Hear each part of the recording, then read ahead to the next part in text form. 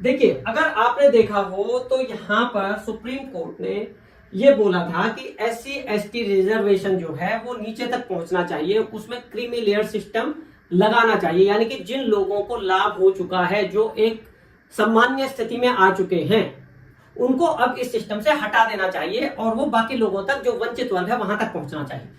लेकिन आपने अगर ध्यान दिया हो तो जो सेंट्रल गवर्नमेंट है उसने उस बात पर उतना ध्यान नहीं दिया और उस प्रोजेक्ट को या उस नीति को ठंडे बस्ते में डाल दिया, यानी कि उस डायरेक्शन को या वो जो कमेंट था उस पर ध्यान नहीं दिया। ऐसा क्यों? देखिए, जो अभी वर्तमान में सेंट्रल गवर्नमेंट है उसके बारे में एक धारणा बनाई गई है बुद्धिजीवियों द्वारा कि वो सवर्ण क्लास की सरकार है, उसका ध्यान सवर्ण लोगों पर है, उसे दलित विरोधी, एज अ दलित विरोधी प्रोजेक्ट किया गया है। तो जो सेंट्रल गवर्नमेंट है वो ऐसा कोई काम नहीं करना चाहती जो एंटी दलित दिखे, जो एंटी रिजर्वेशन दिखे। अभी आपने जो हाल ही में जो इलेक्शन हुए थे सेंट्रल गवर्नमेंट के लिए, जो केंद्र इलेक्शन हुए थे केंद्र सरकार के लिए, उसमें एक माहौल ये बनाया गया कि जो वर्तमान सरकार है वो रिजर्वेशन खत्म कर देगी। तो सरकार ऐसे किसी भी चीज में हाथ नहीं डालना चाहती जो उसकी छवि जो है एंटी दलित प्रदर्शित करे।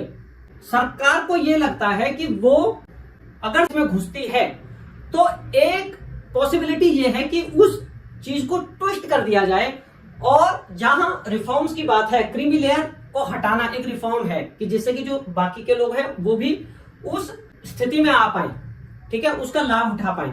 लेकिन एक पॉसिबिलिटी ये है कि वो जो है रिफॉर्म है वो ट्विस्ट कर दिया जाए, उन चीजों को ट्विस्ट करके ये प्रेजेंट कर दिया जाए कि जो प्रेजेंट सरकार है वो वंचित वर्ग की विरोधी है, वो रिजर्वेशन की विरोधी है।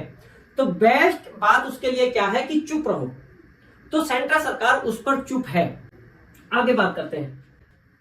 अब बात करते हैं जो लीडर्स हैं, वंचित वर्ग के लीडर्स, वो रिफॉर्म की बात क्यों नहीं करते। जो क्रीमी लेयर वाली बात है कि भाई जब एक व्यक्ति को मिल गया, या तो वो ऑलरेडी उसका स्टेटस अच्छा है, सोशल स्टेटस अच्छा है, वो एक अच्छे इनकम ग्रुप में है, उस व्यक्ति को रिजर्वेशन क्यों मिले। मैं वंचित वर्ग की ही बात कर रहा हूं, फिर उनका नंबर कैसे आएगा। दूसरी बात यह है कि जिस व्यक्ति को एक बार मिल गया, एक परिवार को मिल गया, अब उसकी नेक्स्ट जनरेशन को अगर आप रिजर्वेशन देते रहेंगे तो जो बाकी के लोग हैं, वंचित लोग, उनका नंबर कैसे आएगा। बात अब हम ये करते हैं कि जो पॉलिटिकल लीडर्स हैं उसी वंचित वर्ग के, वो ये बात क्यों नहीं उठाते कि भाई सोशल क्रीम को हटा दिया जाए। पहली बात, जो पॉलिटिकल क्लास है वंचित वर्ग की, उसका जो नेता है वो खुद वंचित नहीं है, उसके पास पूरी फैसिलिटीज हैं, गवर्नमेंट महकमे में उसके पास पोजीशन है, कॉर्पोरेट जगह है उसके पास पोजीशन है। तो जो वंचित वर्ग है वो ये एक्सपेक्टेशन कैसे करे कि जो वंचित नहीं है वो उनके हित की बात करेगा। पहली बात। दूसरी बात यह है कि जो इसका सबसे बड़ा नुकसान है, पहला नुकसान उसको खुद को होगा, उसकी संतान को होगा, यानी कि उसकी नेक्स्ट जनरेशन उसका फायदा कैसे लेगी अगर क्रीमी लेयर वाला कॉन्सेप्ट लगा दिया जाएगा। तो वो अपने हितों को ध्यान में रखकर इन बातों को नहीं उठाता। देखिए, जो सेंट्रल गवर्नमेंट है उसने क्रीमी लेयर की बात अनसुनी कर दी, उसने इस मुद्दे को नहीं उठाया। पर क्या किसी विपक्षी पार्टी ने उठाया? जो दलित वर्ग की जो पॉलिटिकल पार्टी मानी जाती है, क्या उन्होंने ये बात उठाई कि भाई जब सुप्रीम कोर्ट ने खुद ने ये बात बोली है तो आप इसको लागू क्यों नहीं कर रहे? क्या किसी पार्टी ने बोली? इसीलिए नहीं बोली क्योंकि इससे उनको बहुत बड़ा नुकसान होने वाला है। जो पॉलिटिकल क्लास है, जो वंचित वर्ग की पॉलिटिकल क्लास है, वो कैसे काम करती है कि ये बड़ा नेता है वहां का, ये उससे छोटा नेता है और उसके नीचे साधारण पब्लिक है। जो इस व्यक्ति को जो वोट दिलाते हैं वो इस तरीके के छोटे नेता दिलवाते हैं, कंपैरेटिवली छोटे से मतलब है जिनका लेवल इससे कम है, और ये लोग इनको लीड करते हैं। यानी कि इस व्यक्ति को डायरेक्ट यहां से वोट नहीं आते, इस व्यक्ति को वोट यहां से आते हैं, इन जो छोटे कंपैरेटिवली छोटे पॉलिटिकल लीडर्स हैं, और ये लोग भी वंचित नहीं हैं। तो ये व्यक्ति, इस व्यक्ति को इनके वोट लेने के लिए इनका ध्यान रखना है। अगर क्रीमी लेयर का नुकसान होगा, क्रीमी लेयर हटने से नुकसान होगा तो वो इन सबको होगा, इन सब की वजह से इसको भी होगा, यानी कि इसको डायरेक्ट लॉस भी होगा और इन लोगों की वजह से भी होगा जब वोट नहीं आएंगे। तो वो ऐसी कोई चीज नहीं करना चाहते जो वंचित वर्ग के नेता हैं जिससे उनको नुकसान हो, पॉलिटिकल नुकसान हो, सोशल नुकसान हो। इसलिए समाधान क्या है? जो वंचित वर्ग है वो खुद आगे आए, वो खुद इन बातों को समझे, वो शिक्षित हो, उसको ये बात समझ में आए कि ये लोग हमारे मुद्दों को नहीं उठाएंगे, हमें खुद को सक्षम होना पड़ेगा अपनी बातों को उठाने में। वो जब ये बात इनके सामने उठाएंगे तभी इनको कामयाबी मिल पाएगी। चाहे वो केंद्र सरकार हो, राज्य सरकार हो, वो तभी सुन पाएगी जब इन लोगों से डायरेक्ट प्रेशर आएगा। ये लोग कभी प्रेशर नहीं डालेंगे, ये लोग डाल सकते हैं और इनकी बात सुनी जाएगी, लेकिन इनको ये समझ होनी चाहिए। और समझ कहां से आएगी? शिक्षा से समझ आएगी। इसलिए सबसे महत्वपूर्ण शिक्षा है जो आत्मनिर्भर बनाए, जो डिपेंडेंस कम करे, ये सबसे बड़ी बात है। अब एक बात यह है कि देखिए वो तो डायरेक्टली इन्वॉल्व है, नेता लोग डायरेक्टली इन्वॉल्व है इन चीजों में, लेकिन जो मीडिया है, जो मेन स्ट्रीम मीडिया है, वो इस चीज की चर्चा क्यों नहीं करता? ये बहुत बड़ा प्रश्न है।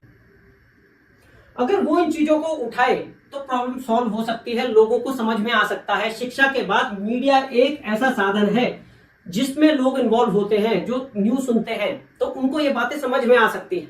पर मीडिया इन चीजों से दूर रहता है, वो कोई डेटाबेस, वो कोई इस तरीके का डिस्कशन नहीं करता। इसका क्या कारण है? देखिए जो मीडिया है वो टीआरपी बेस्ड है, यानी कि उसकी व्यूअरशिप बढ़नी चाहिए ताकि उसके पास पैसा आए, एडवर्टाइजमेंट से पैसा आए, ठीक है। व्यूअरशिप जितनी ज्यादा होगी उसके पास उतना रेवेन्यू जनरेट होगा। व्यूअरशिप जो आती है वो लड़ाई झगड़ा देखने से आती है। लोग मतलब वाद विवाद देखना चाहते हैं, लड़ाई झगड़ा देखना चाहते हैं, यानी कि जिसमें थ्रिल हो, रोमांच हो। अब जो डेटाबेस, जो इंटेलेक्चुअल डिस्कशंस होते हैं, उसमें वाद विवाद उस तरीके से नहीं होते, लड़ाई झगड़े उस तरीके से नहीं होते, उसमें कोई थ्रिल नहीं है, तो लोग उसे देखना पसंद नहीं करते। अगर मीडिया पे डेटाबेस इंटेलेक्चुअल डिस्कशन होने लगे तो उसकी व्यूअरशिप कम हो जाएगी, उसका रेवेन्यू कम हो जाएगा। एक कारण तो ये है। दूसरा कारण सबसे बड़ा ये है कि जो इसको रेवेन्यू आता है वो एडवर्टाइजमेंट से आता है। और एडवर्टाइजमेंट कहां से आते हैं? एडवर्टाइजमेंट सरकार से आते हैं, यानी कि सरकार किसी चैनल को एडवर्टाइजमेंट देती है। अब सरकार अगर उस मुद्दे पर बात नहीं करना चाहती जहां से एडवर्टाइजमेंट आएंगे, तो मीडिया भी उसकी बात नहीं करेगा। देखिए मीडिया जो है वहां सोशल रिफॉर्म्स के लिए नहीं बैठा है, वो बिजनेसमैन है, वो रेवेन्यूज के लिए बैठा है। अगर उसे लगेगा कि मैं इस मुद्दे पर बहुत डीपली जाता हूं और सरकार के लोग, जो पॉलिटिकल क्लास है, इससे नाराज होती है, तो वो उस मुद्दे से बचेगा। तो इसी कारण से मीडिया इस पर बहुत बड़ा डिस्कशन नहीं करता।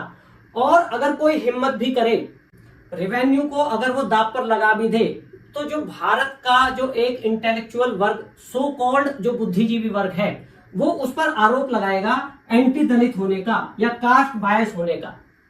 तो जब वो इतनी बड़ी कुर्बानी दे अपने रिवेन्यूज की और उसके बाद भी उसके ऊपर ऐसा ठप्पा लगे, तो वो क्यों करेगा? तो मीडिया भी इन चीजों से बचती है।